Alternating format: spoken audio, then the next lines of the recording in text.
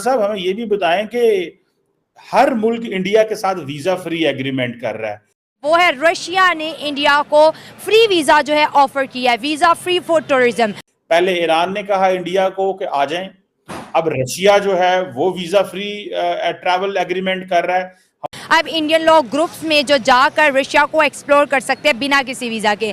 मैं visa on arrival की बात नहीं करी, मैं फ्री वीजा की बात करी हूँ। हमारे पास पाबंदियां हैं, हमारे यूएई भी वीजे बंद कर देता है, हमारे बाकी ममालिक भी वीजे बंद कर देते हैं। जरा इस पर भी रोशनी डालें कि हम क्यों वीजा फ्री एक्सेस नहीं ले पा रहे, जबकि इंडिया तो हर आए रोज दूसरे किसी मुल्क से वीजा फ्री एक्सेस ले रहा है। आप रशिया पहुंच गए, ताड़ साहब आप यूरोप पहुंच गए। कम अगस्त को जो है रशिया ने तमाम इंडियंस को ये फैसिलिटी भी दी कि वो इलेक्ट्रॉनिकली वीज़ा को जो है ना अप्रूव, ई वीज़ा भी उनके पास जो है सहूलत मौजूद है। हेलो दोस्तों, जय हिंद। एल डायरेक्ट पर आप सभी का स्वागत है। दोस्तों, हाल ही में इंडिया और रशिया ने मिलकर वीज़ा फ्री एग्रीमेंट किया, जिससे इंडिया और रशिया के लोग आपस में घूमने आ सकते हैं बिना वीज़ा के। इस न्यूज़ को सुनते ही पाकिस्तान मीडिया बौखला गई है और बोल रहे हैं कि हमें कोई भी मुल्क वीज़ा फ्री नहीं देते हैं, ऊपर से बैन लगा देते हैं, और उधर इंडिया को सारे मुल्क वीज़ा फ्री देते हैं। इस पर आइए दोस्तों देखते हैं पाकिस्तान मीडिया का रिएक्शन। मैं देख रहा था कि अमेरिका की वाइस प्रेसिडेंट कैमला हैरिस जो हैं वो ये कह रही हैं कि हमें इंडियन अमेरिकन की रिप्रेजेंटेशन चाहिए गवर्नमेंट के अंदर। और सबसे बड़ी बात ये है कि वो कह रही हैं तकरीबन 4.4 मिलियन जो इंडियंस हैं वो इस वक्त अमेरिका के अंदर मौजूद हैं। और ये भी कहा जा रहा है कि 55% इंक्रीज हुए हैं सिर्फ इंडियन जो निषाद लोग हैं। लेकिन ताड़ साहब एक और बात भी उन्होंने की, उन्होंने कहा सिर्फ 5 अमेरिकन मेंबर्स हैं कांग्रेस के अंदर। ताड़ साहब अमेरिका क्यों चाहता है कि इंडियन जो हैं वो आके रिप्रेजेंट करें? क्या वो इतना डोमिनेट कर चुके हैं? और दूसरा ताड़ साहब हमें ये भी बताएं कि हर मुल्क इंडिया के साथ वीजा फ्री एग्रीमेंट कर रहा है। पहले ईरान ने कहा इंडिया को कि आ जाएं, अब रशिया जो है वो वीजा फ्री ट्रैवल एग्रीमेंट कर रहा है। हमारे पास पाबंदियां हैं, हमारे यूएई भी वीजे बंद कर देता है, हमारे बाकी ममालिक भी वीजे बंद कर देते हैं। जरा इस पर भी रोशनी डालें कि हम क्यों वीजा फ्री एक्सेस नहीं ले पा रहे, जबकि इंडिया तो हर आए रोज दूसरे किसी मुल्क से वीजा फ्री एक्सेस ले रहा है। आप रशिया पहुंच गए, ताड़ साहब आप यूरोप पहुंच गए। बिल्कुल ठीक। चीमा साहब, सबसे पहले कैमला हैरिस की बात कर। कैमला हैरिस क्योंकि आज का इलेक्शन कैंपेन चला रही है, कैमला हैरिस भी जो है बाहर जाके जलसों में बोल रही हैं।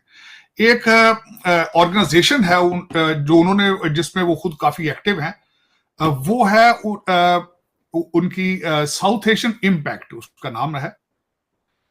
उसमें उन्होंने स्पीच दी अगले दिन जाके। लेकिन मैं ये जरूर यहां बताना चाहूंगा कि वो अपनी इंडियन हेरिटेज को इतना ज्यादा प्रमोट नहीं करती। पता नहीं क्या वजह है, हालांकि उन्हें चाहिए प्रमोट करें, लेकिन अब क्योंकि उन्हें जरूरत पड़ रही है चीजों की, इस वक्त जो बाइडन जो है उनकी रेटिंग भी नीचे जा रही है, कैमला हैरिस की रेटिंग भी नीचे जा रही है, तो उस पे अब वो निकल के, तो अब वो जो भी सपोर्ट उनको मिले तो वो उसके लिए वो रहे। कांग्रेस में उनमें सिर्फ 5 हैं। और जिस तरह आपने खुद फरमाया है कि 55% जो उनकी पॉपुलेशन है बढ़ चुकी है और चाइनीज को क्रॉस कर चुके हैं। चाइनीज से ज्यादा है इस वक्त इंडियन यहाँ पे। जिस इवेंट में उन्होंने कहा है इंडियन अमेरिकन इम्पैक्ट, जिसका नाम था, ऑर्गेनाइजेशन ने किया, उसका नाम था देसी डिसाइड।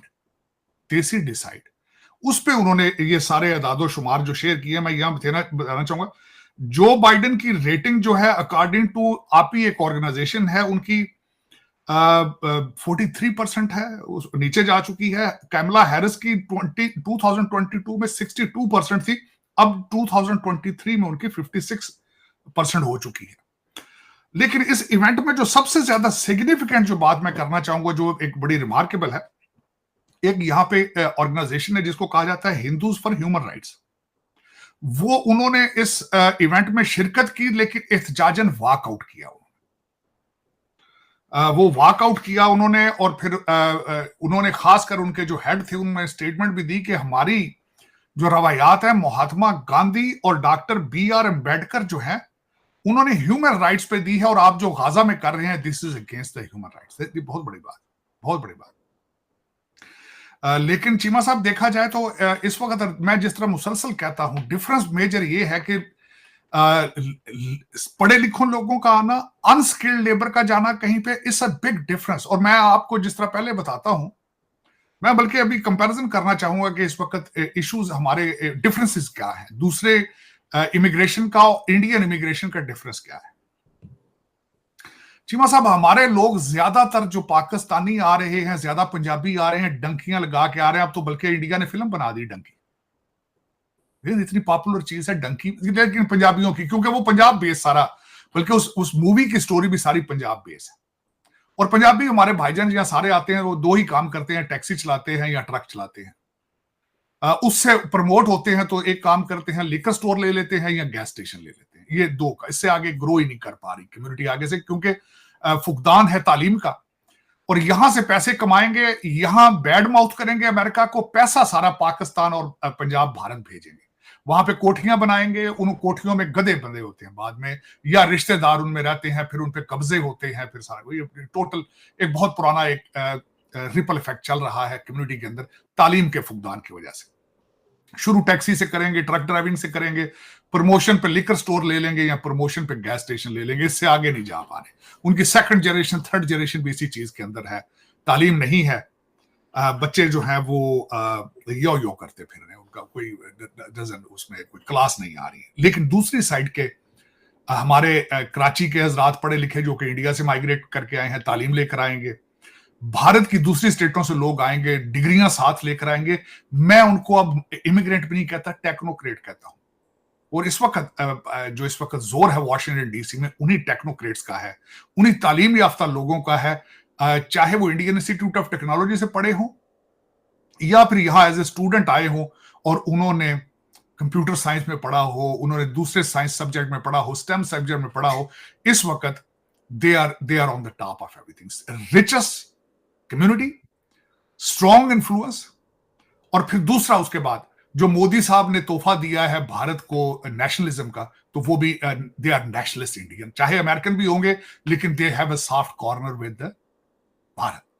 अब उसकी मिसाल मैं ये दूंगा कि आपके माइक्रोसॉफ्ट के सीईओ भी जो भाग भाग कर इंडिया जाते हैं, गूगल वाले भी वहीं जाते हैं। और उसके बाद अजय बंगा साहब जो कि सरदार पंजाबी हैं लेकिन हैदराबाद के वो पैदाइशी हैं, उनकी भी फीलिंग्स भारत के साथ।